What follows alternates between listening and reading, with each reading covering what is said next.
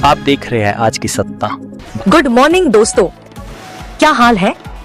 तारीख आज 16 सितंबर, दिन मंगलवार हो गया, हिंदी तिथि 10वीं। और आइए अब बात करते हैं आज के मुख्य समाचार में देश भर की तमाम बड़ी खबरों पर नजर डालते हैं। देखिए, आज के दिन को वर्ल्ड ओजोन डे के रूप में मनाया जाता है, यानी विश्व ओजोन संरक्षण दिवस। चलिए आगे बढ़ते हैं अब अपन खबरों में। एक तो सबसे पहला अपडेट आपको बता दूं, यूपीआई से अब आप रोजाना 1 लाख रुपए तक की खरीदारी करवाएंगे, लाख की ज्वेलरी खरीद सकेंगे। पहले ग्राहक और व्यापारी के बीच डेली लिमिट लाख तक की ही थी यूपीआई के जरिए, लेकिन अब national payments corporation of India यानी एनपीसीआई ने पर्सन टू मर्चेंट P2 यानी आम आदमी, आम उपभोक्ता और व्यापारियों के बीच लेनदेन की डेली लिमिट को कई कैटेगरी में 2 लाख रुपए से बढ़ाकर 1 लाख रुपए कर दिया है। हालांकि P2P यानी पर्सन टू पर्सन की जो डेली लिमिट है वह पहले की तरह 1 लाख रुपए ही रहेगी, यानी एक व्यक्ति दूसरे व्यक्ति को सीधे पैसे भेजता है गूगल पे, फोन पे के जरिए, तो इसकी मौजूदा लिमिट 1 लाख रुपए है। इसमें कोई बदलाव नहीं किया गया, ठीक है। लेकिन पर्सन टू मर्चेंट की लिमिट में क्या बदलाव किया गया है, देख सकते हैं आप इस टेबल में। अलग अलग कैटेगरी में अब आप 24 घंटों के अंदर 1 लाख रुपए तक का, लाख या 5 लाख रुपए तक का लेनदेन कर पाएंगे, ठीक है ना। चलिए आगे बढ़ते हैं अब अपन खबरों में। देखिए, आप रिपोर्ट सामने आ रही है कि भारत का स्मार्टफोन निर्यात 1 लाख रुपए करोड़ के पार पहुंचा और इसमें एप्पल कंपनी सबसे नंबर 1 पर रही है।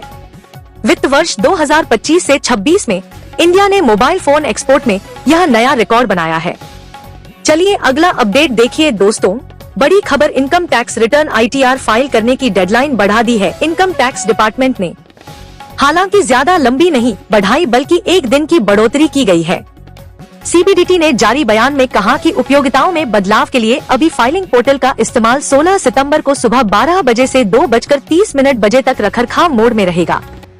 तो आयकर विभाग ने रिटर्न दाखिल करने की अंतिम तिथि 1 दिन के लिए बढ़ा दी है, 16 सितंबर कर दी है। और वह भी इसलिए बढ़ाई गई दोस्तों क्योंकि बीते दिन जो ITR रिटर्न बढ़ने की लास्ट डेट थी, उस दरमियान कई सारे यूजर्स ने पोर्टल में गड़बड़ियों की शिकायत की, तो उसके बाद IQ विभाग की तरफ से यह फैसला लिया गया। और वैसे अब तक हमारे देश में 7 करोड़ से भी ज्यादा ITR रिटर्न दाखिल हो चुके हैं।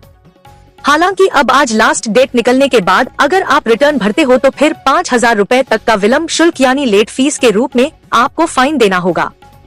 और वहीं दोस्तों, इनकम टैक्स डिपार्टमेंट ने एक और बड़ी राहत यह दी है, देरी माफ का विकल्प भी एक्टिव कर दिया है। मतलब यह कि अगर किसी लोगों के घर में किसी की मृत्यु हो गई या अन्य किसी गंभीर कारणों की वजह से रिटर्न दाखिल नहीं कर पाते हो तो ऐसे लोगों को लेट फीस नहीं देनी पड़ेगी। हालांकि इसमें भी एक नियम और शर्त यह है कि आपको इन चीजों के लिए सबूत देना पड़ेगा कि किस वजह से आप इनकम टैक्स रिटर्न नहीं भर पाए थे, ऐसा है ना। और बाकी सोशल मीडिया पर कई जगहों पर तो 30 सितंबर तक ITR रिटर्न की डेडलाइन बढ़ाने की चीजें चल रही है।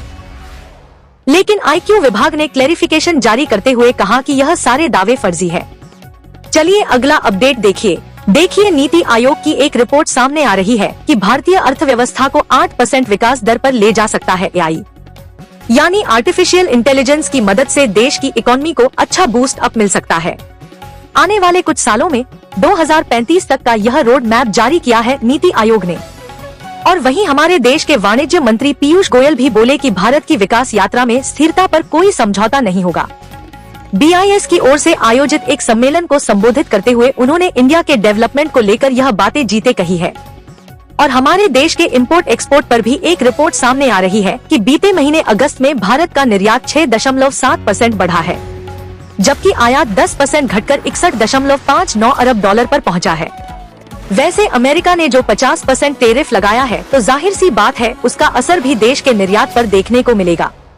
लेकिन वो तो अभी जो ये सितंबर का महीना चल रहा है ना, उसके डाटा में पता चलेगा, तो अगले महीने ये रिपोर्ट आएगी।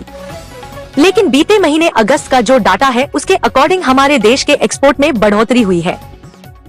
लेकिन अमेरिकी टैरिफ की वजह से कई सारे साइड इफेक्ट देखने को मिल रहे हैं। देखिए आप, NSA यानी नेशनल स्टॉक एक्सचेंज की तरफ से भी एक रिपोर्ट जारी की गई जिसमें बताया गया है कि अमेरिकी टैरिफ की वजह से भारतीय शेयर बाजार में भी निवेशक कट रहे हैं, खास करके नए निवेशक कम आ रहे हैं। NSE की रिपोर्ट में पता चला कि मासिक आधार पर 18% तक की गिरावट आई है नए इन्वेस्टर्स की संख्या में। और टैरिफ का एक और असर देखिए, टैरिफ की वजह से आंध्र प्रदेश के झींगा निर्यात को भी 25,000 करोड़ का नुकसान हो सकता है।